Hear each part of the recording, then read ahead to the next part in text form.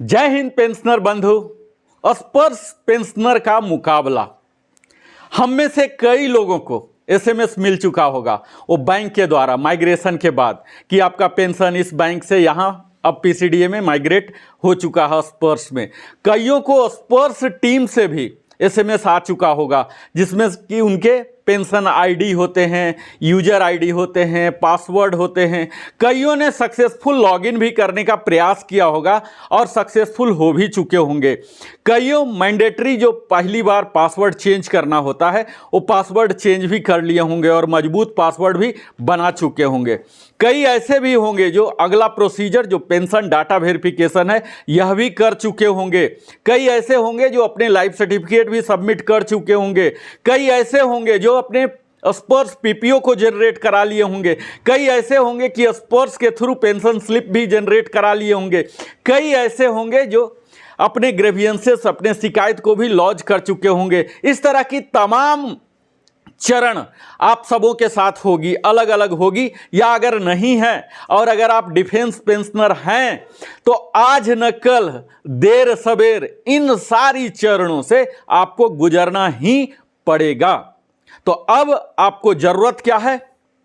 यहां आपको सबसे पहला मैं मूल मंत्र यही दूं कि तनिक भी घबराहट मत रखें, पजल ना हो ऐसा किसी भी तरह की एसएमएस आने से, क्योंकि आपके लिए आपका प्यारा फौजी Narendra Kumar wellness consultant entrepreneur trainer आपके साथ है, जो कि आपको ज्ञान के द्वारा सशक्तिकरण करेगा। पेंशनर एम्पावरमेंट के लिए मैं यहां बैठा हूं आपकी हर तरह की समस्याओं के समाधान के लिए इस वीडियो के मार्फत से ही।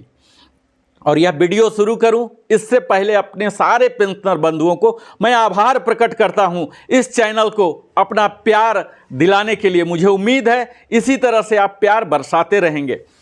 जैसा कि हम सब जान चुके हैं कि लीगेसी सिस्टम से माइग्रेशन हो रहा है स्पर्श में, कुछ का हो चुका है। अभी तक वेबसाइट के मुताबिक 12 लाख से ज़्यादा लोगों का माइग्रेशन हो चुका है, इंक्लूडिंग मी।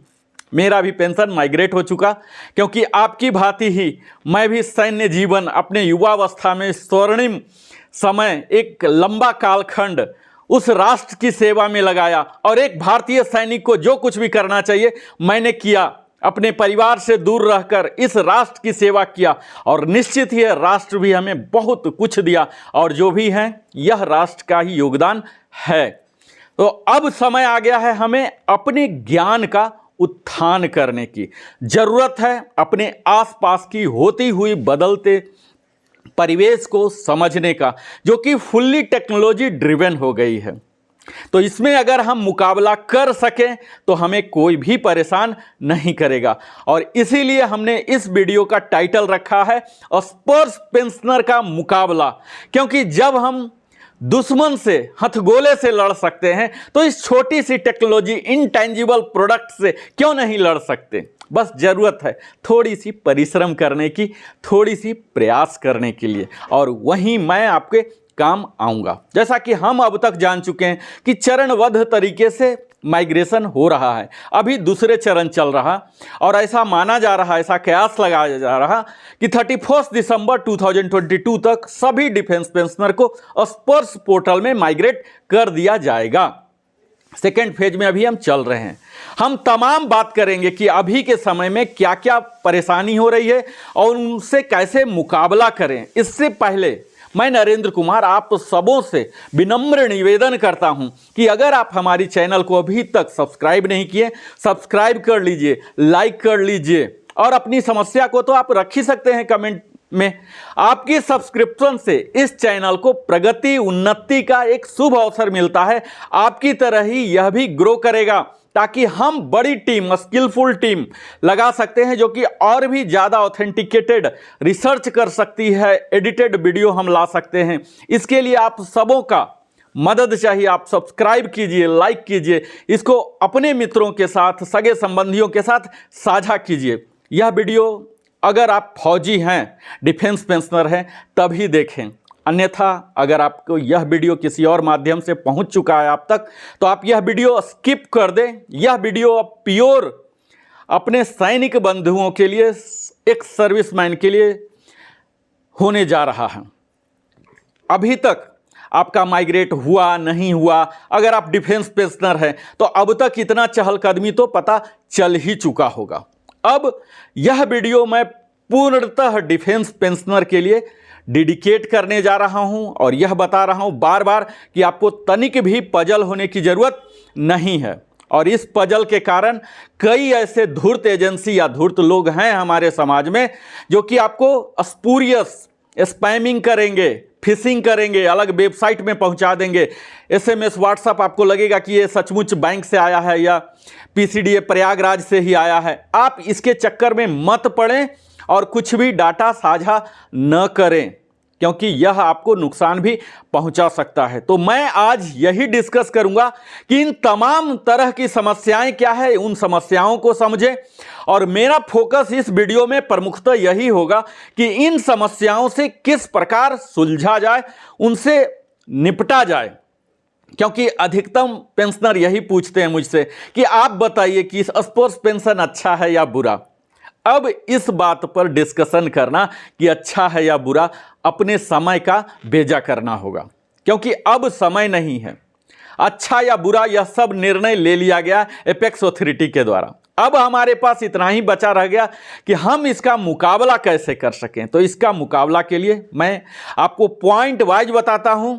अब आप मुख्य हिस्सा में आ चुके हैं और बड़े ही गौर से सुनिए, और अगर मिस हो जाता है तो आप फिर रिवाइंड करके भी सुन लीजिए। सबसे पहला टिप्स मैं यही दूंगा कि अपने प्राइवेट क्रेडेंशियल, चाहे वह आपका सर्विस नंबर हो, पर्सनल नंबर हो, JC नंबर हो, आपका बैंक अकाउंट हो, डेट ऑफ बर्थ हो, पैन हो, आधार हो, किसी भी सोशल मीडिया पर आप कभी भी किसी के साथ शेयर न करें अनलेस वह ऑथेंटिकेटेड पोर्टल हो, या कोई 1-to-1 आप ब्रांच गए हैं, उस ऑफिस में गए हैं, या उस अस्वस्थ आदमी के साथ बात हो रही है जिससे आप मिले हैं, जिसके बारे में संपूर्ण जानकारी कर रहे हैं।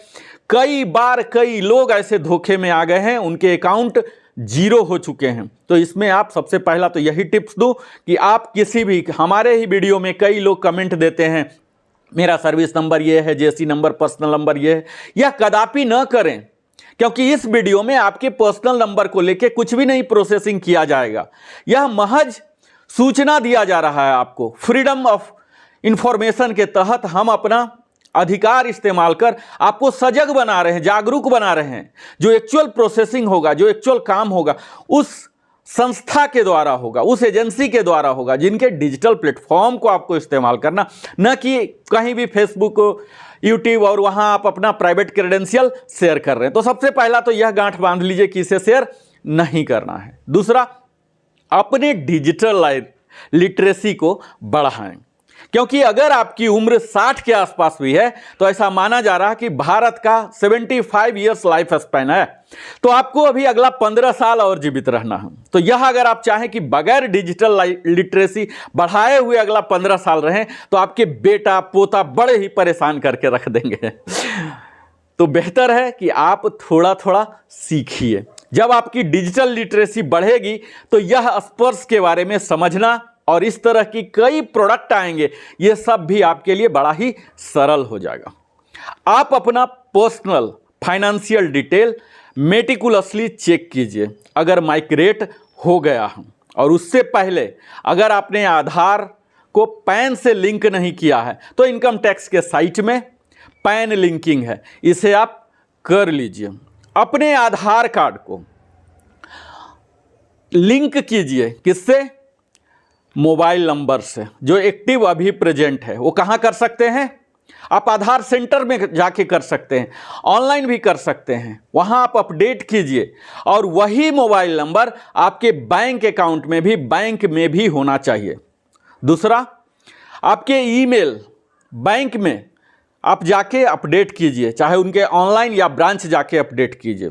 अपने रिकॉर्ड ऑफिस से कांटेक्ट कीजिए, या फिजिकली जाइए या कम्युनिकेट कीजिए उनके किसी भी माध्यम से, चाहे ईमेल से, लेटर से, किसी भी तरह से, कॉल से। आप उनके यहाँ भी अपना मोबाइल नंबर, ईमेल, अपना लेटेस्ट एड्रेस अपडेट कीजिए। यानी कि आपके पास 3 विकल्प है। पहला, रिकॉर्ड ऑफिस को अपडेट कीजिए अपने लेटेस्ट क्रेडेंशियल से, स्पेशली मोबाइल नंबर से। दूसरा, बैंक को कीजिए। तीसरा, जहां से पेंशन अभी आ रहा है, PCD, बाद या जहां से भी आ रहा, ये तीनों जगह आधार के साइट में वहां जाके कीजिए। जब आपका मोबाइल नंबर अपडेट हो जाएंगे तभी ओटीपी आएंगे, तभी एसएमएस भी आएंगे, तभी आपके यूजर आईडी, पासवर्ड, सारी कम्युनिकेशन आजकल एसएमएस आधारित हो चुकी है। इसके लिए आप जरूर यह काम जरूर करें। इसके लिए आप अपने रिकॉर्ड ऑफिस, हेड ऑफिस, आपको मालूम होगा कहाँ है उनका एड्रेस, आप लेटर एक लिख दीजिए, स्पीड पोस्ट लेटर लिख दीजिए। अगर वो नहीं अपडेट करते हैं उनसे पूछिए कि काइंडली एक्नॉलेज मी, इस तरह से आप दस्तावेज रखिए। अगर आप रीएम्प्लॉयड हैं तो रीएम्प्लॉयमेंट के बाद आपका सैलरी फिक्सेशन किया गया है, यह आप रखिए, इसे अपडेट करने की जरूरत पड़ेगी। जितने भी अभी अगर माइग्रेट हो चुका है तब उनके लिए तो मैं बताऊंगा ही आगे। अगर माइग्रेट नहीं हुआ है अभी तक, क्योंकि अभी 12 लाख ही हुआ है, अभी कई लाख का होना बाकी है, आपके लिए मैं एक होमवर्क देता हूं। आप पेंशन स्लिप अपना जरूर प्रिंट करके रखा कीजिए। यह पेंशन स्लिप आपको आगे चल के बहुत ही मदद करेगा। क्या क्या मदद करेगा? अभी का पेंशन स्लिप मैं ऐसा मान रहा हूं वह प्यूरिफाइड होगा, द बेस्ट डाटा होगा। उसके पर्सनल डाटा जो नाम है, आपके डेट ऑफ बर्थ हैं, पीपीओ नंबर हैं, अगर क्वालिफाइंग सर्विस, रैंक, नेम, ये सब तो आते नहीं हैं, लेकिन जो भी आ रहे हैं उनको मैच कीजिए, देखिए। स्पेशली आप उस पेंशन स्लिप को कम्यूटेशन रीस्टोरेशन डेट क्या है, क्योंकि अभी जिस तरह से अंधाधुन माइग्रेशन हो रहा है वो सारे डाटा को माइग्रेट नहीं कर रहे हैं। ऐसी संभावनाएं हैं कि आपका माइग्रेशन, आपका रीस्टोरेशन, कम्यूटेशन रीस्टोरेशन 2 महीने बाद ही हो रहा होगा, 6 महीने बाद ही, और वो फिर से अगला 15 साल तक चला जाए। तो इसके लिए आप अपने पेंशन स्लिप को रखिए, उसमें देखिए कि क्या रीस्टोरेशन डेट है। इसके साथ ही अगर आप फैमिली पेंशनर हैं तो आपका इनहैंस्ड कब तक चल रहा है, कब ऑर्डिनरी फैमिली पेंशन रेट आ जाएगा, ये सब डेट आपको पेंशन स्लिप में मिल जाएगा। जब माइग्रेशन होगा या माइग्रेशन हो चुका है तब आप कंपेयर कीजिए कि ये सेम है कि नहीं। विशेषकर उन पेंशनर को मैं यह हिदायत दूंगा कि अपने स्पाउस के लिए, अपनी धर्म पत्नी के लिए उनका डेट ऑफ बर्थ देखिए, नाम देखिए, यह पीपीओ में क्या है, आधार कार्ड में क्या है, पैन कार्ड में क्या है, ये तीनों जगह अक्षरशः सेम होना चाहिए, क्योंकि डिफरेंस होने से कल उनके लिए परेशानी हो सकता है। क्योंकि आज के समय में सब कुछ डिजिटली हो गया और सबको सेम होना है। अगर डिफरेंस हो जाता कल उन्हें परेशानी हो सकता है। तो आपके पास अभी भी समय है उस डाटा को प्यूरिफाई कर ले। विशेषकर दक्षिण भारत में ऐसा पाया गया है कि शादी के बाद पत्नियों का नाम चेंज हो जाता है, उनके पति का नाम, उनके पति के गांव का नाम ऐड हो जाता है और उनके पिता और उनके मायका का गांव का नाम हट जाता है। तो इस तरह से उनमें कई चेंजेज अधिकतर में आ जाते हैं। तो यह आप जरूर देख लीजिए ये तीनों सेम हो, ताकि फ्लॉलेस अगर ऐसी नौबत आती है भविष्य में तो फैमिली पेंशनर को तकलीफ ना हो। अब मैं बताऊंगा जो स्पर्स का फिलॉसफी है, ये मैंने विस्तार में बता चुका हूं, यहां मैं बताऊंगा नहीं। यहां सिर्फ आपको यह बता दूं कि यह स्पर्स माइग्रेट हुआ या नहीं, इसके लिए भी मेरे वीडियो हैं। आपको अगर कुछ भी नहीं पता लग रहा तो आप पेंशन स्लिप ले लीजिए बैंक जाके, जहां से अभी आ रहा, आप पासबुक प्रिंट करा लीजिए, उसके नरेशन को देखिए कि उसके नरेशन कहां से क्रेडिट हुआ और अभी तक कहां से क्रेडिट हो रहा था। लेमैन में बोलता हूं, दोनों के नरेशन में डिफरेंस हो जाएंगे माइग्रेशन होने के बाद, क्योंकि कई लोगों का पेंशन तो जारी रहता है और अचानक किसी कारणवश, चाहे वो लाइफ सर्टिफिकेट नहीं जमा किए, अचानक बंद हो जाता। ऐसी स्थिति आपके साथ ना हो, इसीलिए आप सजग बने रहें। अगर आपको कुछ भी नहीं पता लग रहा तो आप शाखा जाएं, शाखा में जाके अपने पासबुक नियमित प्रिंट कराएं, ताकि आपको पता लगे कि हाँ नहीं अभी माइग्रेट नहीं हुआ, अभी उसी तरह से हमारा सेम बैंक से ही आ रहा है। और जैसे ही पता लग जाए कि अब माइग्रेट हो गया तो अब आपको चहलकदमी करना प्रारंभ हो जाना पड़ेगा। जैसा कि स्पर्स के बारे में मैंने 25 से ज़्यादा वीडियो बनाया, इसमें मैं बिल्कुल ही कवर नहीं करूंगा, सिर्फ आपको बता देता हूं यह एक कंप्रीहेंसिव पेंशन पैकेज है जो कि डीबीटी डिजिटल इंडिया के मुहिम है, जो कि बगैर किसी के इंटरफेरेंस के आपको सीधे अकाउंट में दे दिया जाएगा। यह आर्मी, एयरफोर्स, नेवी और डिफेंस सिविलियन के लिए मुख्यतः यह किया जा रहा है। यह सही समय पर ट्रांसपेरेंट तरीके से करने का दावा प्रस्तुत किया जा रहा है। अब मैं बात करूं कि यह तो दावा है कि ट्रांसपेरेंट है, और अभी तक पीएसए का काम किया करते थे ये लोग, जो पीसीडीए प्रयागराज हैं, ये पेंशन सैंक्शन किया करते थे। इनके सहयोग के लिए एयरफोर्स के लिए एयरफोर्स जेसीडीए न्यू दिल्ली होते थे, और नेवी के लिए जेसीडीए मुंबई होते थे। तो ये तीनों मिलके काम किया करते थे।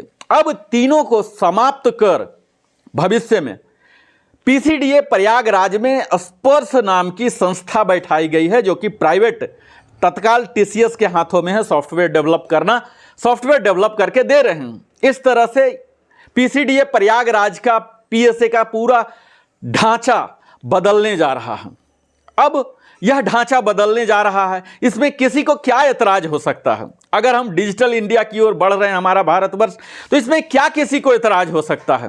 पर यह सदैव ध्यान रखना है कि हमारी भारतवर्ष का इतिहास आदिकाल से इसका गवाह रहा है कि हमारे भारतवर्ष वेलफेयर स्टेट, जो कि राम राज्य के रूप में, राम राज्य के परिकल्पना पर हमारी भारतवर्ष चली है, और इससे अलग पुलिस स्टेट, जो कि हमारे नेबरिंग कंट्री हैं, इसके पर हमारी राष्ट्र कभी नहीं चली है। यानी कि हमारे राष्ट्र की हर बनाई हुई वह संविधान, उनके सारे संशोधन, चाहे वह कोई बिल हो, अध्यादेश हो, रूल हो, रेगुलेशन हो, एक्ट हो, सर्कुलर हो, गाइडलाइन हो, वो हर कुछ उस स्टेक होल्डर के मद्देनजर ध्यान में रख के उनके कल्याण हेतु ही बनाए जाते हैं, गढ़े जाते हैं, ना कि ओनली गवर्नेंस के लिए। और मुझे उम्मीद है अगर स्पर्श का गठन किया गया है तो वह भी यह मद्देनजर रखते हुए कि भारत एक वेलफेयर स्टेट है। वेलफेयर स्टेट का मतलब यही होता है कि जिसके लिए वह किया गया है उसके कल्याण के लिए, उसके सुविधा को ध्यान में रखते हुए, ना कि ओनली गवर्नेंस के लिए। तो मुझे उम्मीद है इस बिंदु को स्पर्श की टीम बखूबी सोचेगी, क्योंकि ऐसा देखा गया है हमारे पूर्वजों ने बड़ी ही मुश्किल से उस ब्रिटिशर्स से 75 साल पहले अपने जान की कुर्बानी देकर हमें आज़ादी दिलाया। हमारी पूर्वजों से ही भूल के कारण हमारा राज्य, हमारा राष्ट्र विदेशियों के हाथ चला गया था। क्यों? क्योंकि हमारी स्वार्थ को नज़रअंदाज किया गया। हमारे पूर्वजों से कहीं न कहीं चूक हुई, और उस स्वार्थ का जब नज़रअंदाज किया गया, उस समय वो शांत रहे, चुप रहे, सहते रहे, और वही सहते सहते यहाँ तक हो गई कि हमें सैकड़ों वर्ष तक गुलामी की जंजीर में रहना पड़ा। तो आज भी समय फिर से वही नहीं आ जाए। हमें यह ध्यान रखना है कि हमारी हर संस्था के द्वारा वेलफेयर स्टेट के मेजर्स, यानी कि हर पेंशनर के सुविधा के मद्देनजर ही स्पर्श की हर एक्टिविटीज होना चाहिए।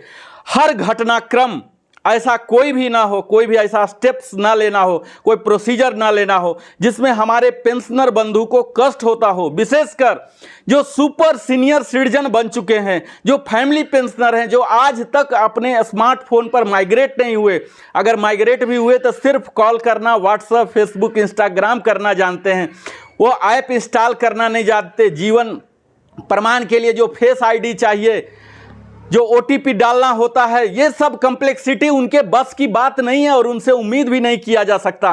तो पेंशनर का आज के समय में क्या लिटरेसी रेट है, क्या लिटरेसी लेवल है, हमें लगता है स्पर्श टीम को उस दिशा में भी कुछ कार्य करना है, तभी उनकी स्पर्श की जो छवि है वो बेहतर हो पाएगी।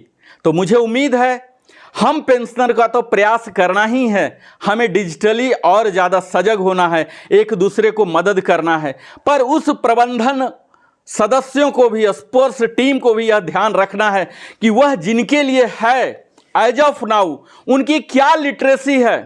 एक आर्मी के पर्सनल जो 60 साल, 70 साल, 80 साल के उम्र के हो गए, क्या उनसे उम्मीद कर सकते हैं कि स्मार्टफोन का वो 100% फीचर्स इस्तेमाल कर पा रहे हैं? तो उसे ज़रूरत है उन्हें अननेसेसरली ये डॉक्यूमेंट जमा करो, ये करो, ये करो, परेशान करने का नहीं, एरर निकालने का नहीं। इस तरह से सिस्टम डेवलप करने की ज़रूरत है, वो यूजर फ्रेंडली हो। मुझे उम्मीद है कि स्पर्श टीम इस पर निरंतर काम कर रही होगी और उन्हें काम करना भी चाहिए। और मैं शुभकामना देता हूं स्पोर्ट्स टीम को कि जल्दी ही वो बेहतर सुविधा के रूप में, सुविधा प्रदाता के रूप में उभरें, क्योंकि अब उनकी भूमिका बदल गई है। अभी तक पीसीडीए प्रयागराज मात्र सैंक्शन किया करती थी, अब उन्होंने विशेष रोल लिया है डिसबर्सिंग अथॉरिटी का भी। इस महानतम कार्य को, डिसबर्सिंग अथॉरिटी के कार्य को वो बेहतर तरीके से कर सकें, शुभकामना तो मैं जरूर देता हूं, पर इसके साथ ही कई हिदायतें भी देता हूं, ताकि उनको हर कस्टमर का, हर पेंशनर के जो फीडबैक आ रहे हैं, इंस्टेंटली रियल टाइम बेसिस पर इन सारी समस्याओं को समाधान करने के लिए भी मैकेनिज्म डेवलप करने की आवश्यकता है। तभी हम वास्तविक इंडिया को एक वेलफेयर स्टेट मान सकते हैं। यह स्पर्श कोई ईज इन गवर्नेंस के लिए नहीं लेना चाहिए, बल्कि सारे पेंशनर को सुविधा दिलाने के दृष्टिकोण से इस तरह से इसे डेवलप करना चाहिए। और इतना भी बता दूं, हमारे राष्ट्र में हर चीज के लिए लोकपाल की व्यवस्था है, ओम्बुड्समैन की फैसिलिटी। स्पर्श के लिए कौन सी ऐसी लोकपाल सुविधा है, ओम्बुड्समैन फैसिलिटी है? अगर है तो उसी पोर्टल में उस ओम्बुड्समैन का लिंक भी दिया जाए, क्योंकि स्पर्श स्वयं डिजिटल प्लेटफॉर्म पर है, तो उस ओम्बुड्समैन का भी लिंक होना चाहिए, ताकि हमारे पेंशनर बंधु अगर उनके संतोषप्रद सेवा नहीं दी जा रही है, अगर डिले किया जा रहा है, चाहे उसके कारण, उस डिले के कारण उन्हें फाइनेंशियल रूप से नुकसान हो रही है या मेंटल एगोनी आ रही है, तो इसके लिए कौन रिस्पॉन्सिबल होता है? और अगर रिस्पॉन्सिबल है तो किस तरह से उन्हें, जो पेंशनर भुक्तभोगी रहे हैं, पीड़ित रहे हैं, किस तरह से उन्हें एड्रेस किया जाएगा, यानी कि क्या कंपनसेशन मैकेनिज्म है, यह सब भी वेबसाइट में देना है। जब तक लोकपाल की व्यवस्था नहीं होगी तब तक यह स्पर्श कि यह ढीला ढाला ही रवैया रहेगा। तो आज जरूरत है ओम्बुड्समैन फैसिलिटी देने का। दूसरा, चार्टर ऑफ वर्क को डिस्प्ले करें कि कितने दिन में वो किस ग्रीवियंसेस को एड्रेस करते हैं, और अगर एड्रेस नहीं हो रहा है तो कब वो एसएमएस देंगे। अगर पेंशनर के साइड से कमी है तो क्यों नहीं इंटीमेट किया जाए। इस तरह से पूरे चार्टर को डेवलप करें, वो वहां डिस्प्ले करें, टाइमलाइन दिखाएं कि आपके कंप्लेन लॉज के ये डेट है, अभी इस लेवल में है, वहाँ टाइम फ्रेम पूरा दिखाएं। जैसे वो अपने डैशबोर्ड में जाते हैं, ऑल इन वन सारे काम, जैसे मैं सक्सेसफुली लॉगिन कर लिया, हमारे डैशबोर्ड में हर कुछ आना चाहिए। तत्काल मैंने देखा कुछ काम डैशबोर्ड में जाके हो रहा, कुछ बाहर हो रहा, डैशबोर्ड का कंसेप्ट ही नहीं है। जब हमने सक्सेसफुली लॉगिन कर लिया, एवरीथिंग शुड कम इनसाइड। हमें फिर बाहर जाना पड़ रहा, भीड़, आप बाहर भी रखिए बेशक, पर डैशबोर्ड को ऑल इन वन रखिए। अगर डैशबोर्ड इनकम्प्लीट हो रहा तो फिर यूजर आईडी पासवर्ड बनाने का क्या फायदा है? तो इसमें स्पर्श को काफी ध्यान देना है, ताकि हमारे पेंशनर बंधु को तत्काल जो कई तरह की मुश्किलात से सामना कर रहे हैं उसे नहीं करना पड़े। और आज मैं यह अंतिम रूप में यही बता दूं कि टेक्नोलॉजी, जो साइंस का बड़ा भाई है, दादा है टेक्नोलॉजी, तो यह टेक्नोलॉजी से अब हम अपने आप को दूर ज़्यादा समय तक रख नहीं सकते, क्योंकि यही सर्वाइवर है। हमें अगर डिजिटलाइजेशन जाना है तो हमें इस वर्ल्ड में, जो ग्लोबल वर्ल्ड डिजिटलाइजेशन है, जो आज आगे बढ़ रहे हैं, वो डिजिटलाइजेशन के वजह से ही आपने देखा होगा कि कोरोना काल के दौरान जो भी कंपनियां सर्वाइव कर रही हैं और ज़्यादा ग्रो कर रही हैं, वो टेक कंपनियां, फिनटेक कंपनियां ही कर रही हैं। क्यों ग्रो कर रही हैं?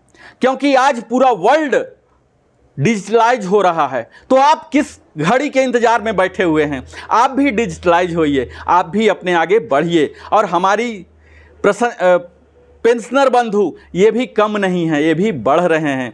विशेषकर कोरोना काल के बाद हम देख पा रहे हैं कि आज कई बंधु अपने धूम्रपान की वस्तु भी डिजिटल प्लेटफॉर्म इस्तेमाल करके ही कर रहे हैं। तो अगर वहाँ कर रहे हैं, थोड़ी सी लिटरेसी यहाँ भी बढ़ाएं, तभी आप इस डिजिटल रेस में एक कुशल धावक, एक निपुण धावक हो सकते हैं। हमारा इतिहास अपने फौज का स्वर्णिम रहा है।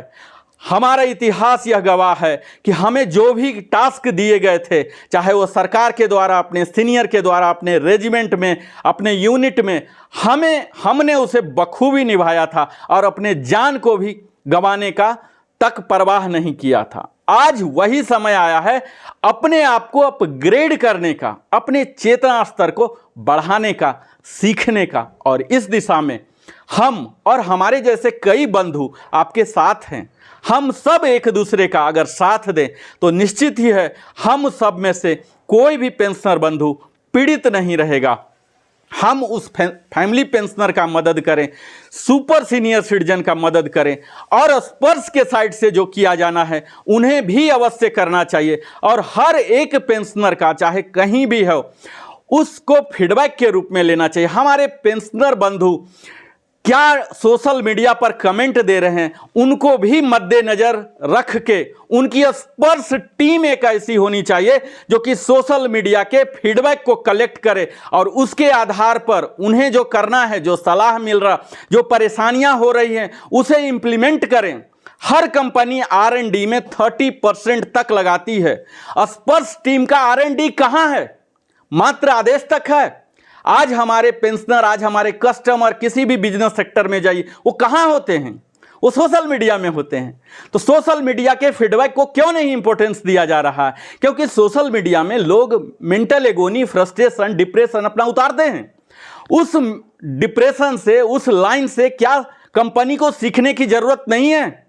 और स्पर्श टीम को भी जरूरत है कि उन सारे फीडबैक को लिया जाए। जहां जहां पेंशनर अवेलेबल हैं, जहां जहां अपने फीडबैक दे रहे हैं, वो अपनी परेशानी दे रहे हैं, अपनी सच्ची व्यथा प्रकट कर रहे हैं, कोई टाइम पास नहीं कर रहे हैं। उन सब के आधार पर सिस्टम को मजबूत करने की जरूरत है।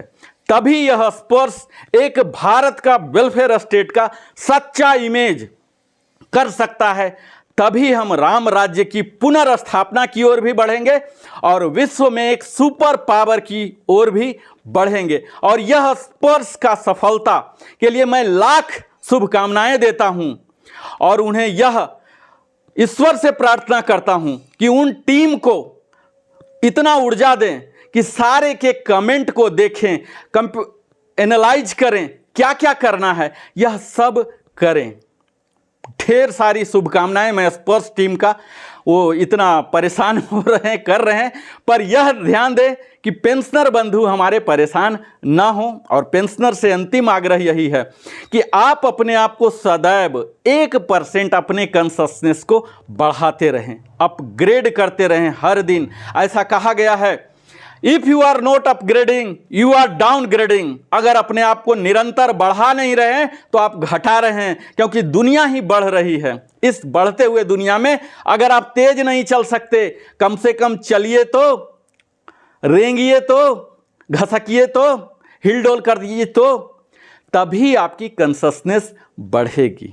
और आज वीडियो हो सकता है कि लंबा हो गया हो, मुझे अभी दुर्गा पाठ का भी करना है और कर्तव्य पर भी जाना है, तो मेरे पास समय की कमी है। आप लोग कमेंट दीजिए, इसी तरह से ढेर सारा प्यार दीजिए। और आपका प्यार, आपका सब्सक्रिप्शन हमारे लिए बहुत ही अहम रखता है।